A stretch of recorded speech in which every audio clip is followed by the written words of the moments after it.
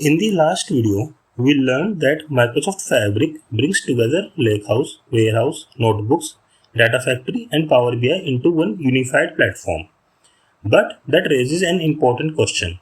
If all these workloads are working together, where is the data actually stored?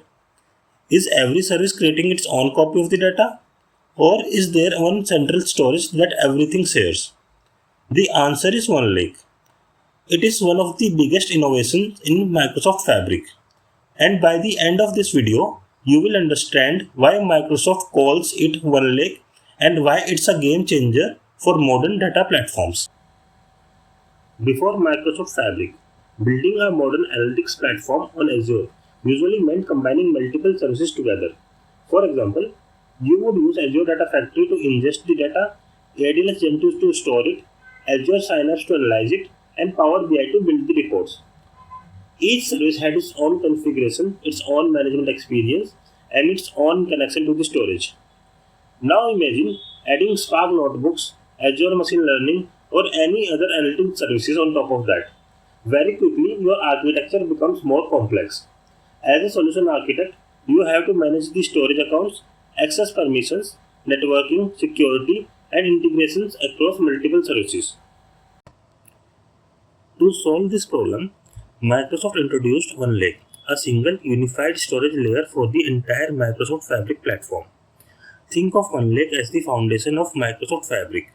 Whether you are using a lakehouse, a warehouse, Spark notebooks, Power BI, or real-time analytics, they all store and access data from the same underlying storage. The best part is that you don't have to create or manage a separate storage account anymore. As soon as you create a Fabric workspace, OneLake is automatically available in the background. Microsoft manages the storage for you. If you have worked with Azure before, you can think of OneLake as a fully managed ADLS Gen2. It still stores data in open formats like Delta Parquet, but you no longer worry about creating storage accounts, configuring containers, or managing storage infrastructure. In simple words, instead of every service having its own storage, Microsoft Fabric gives every workload access to the one shared storage layer, and that is OneLake. Now, let's look at OneLake from a solution architect's perspective. In a large enterprise, every department usually has its own workspace. For example, finance, HR, sales, and marketing all manage their own data independently. But some datasets like employee master data or customer master data need to be shared across multiple teams. Before Fabric, this often meant copying the same data into different storage accounts or data lakes. Multiple copies increased storage costs, made governance harder, and created a risk of inconsistent data. With OneLake, we can design a hub and spoke architecture.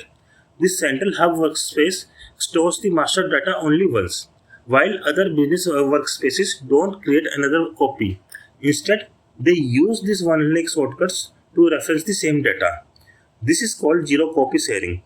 The data stays exactly where it is, while multiple teams can securely access it from their own workspace. Because everyone is working with the same data, governance becomes much simpler, and security policies, access controls, and data lineage are managed centrally. And this gives every team a single source of truth. And that is why, as architects, we don't think of OneLake as just a storage layer. We think of it as the fundamental or foundation for building scalable, secure, and governed enterprise data platforms. So, that covers the OneLake architecture and the key concept every Microsoft Fabric professional should know. Before we wrap up, let's quickly test your understanding with a few interview questions. Pause the video if you would like to answer them yourself before reading the explanation. Thank you.